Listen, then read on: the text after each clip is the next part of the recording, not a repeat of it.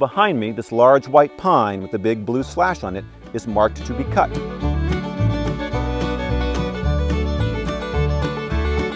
EcoForesters believes that you can actually do ecologically beneficial timber harvesting and cut some trees to benefit others that need our help.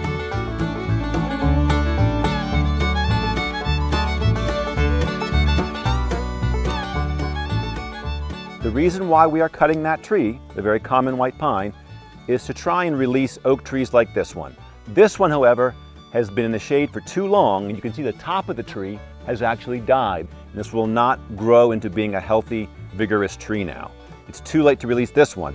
We'll see other ones that are perfectly timed to be released to get some more sun by cutting the large, common overstory trees, which are shading out the oaks and cause them to slowly decline and die. Oak regeneration has been a problem that's been challenging foresters for decades.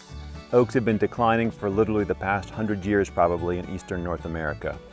And the problem is oak is kind of a Goldilocks tree.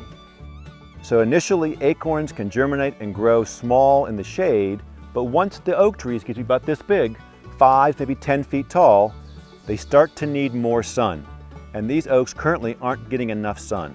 That's part of why we are harvesting the mature white pines and red maples, other very common trees around here, to let in more sun so these oaks get the sun they need so they can grow bigger faster.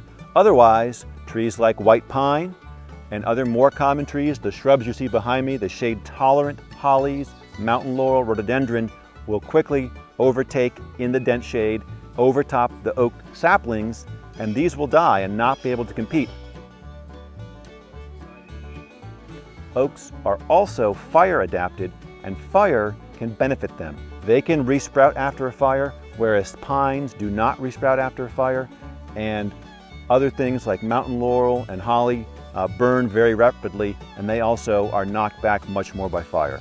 So we're hoping to recommend a fire here in addition to the harvest to really help the oaks out.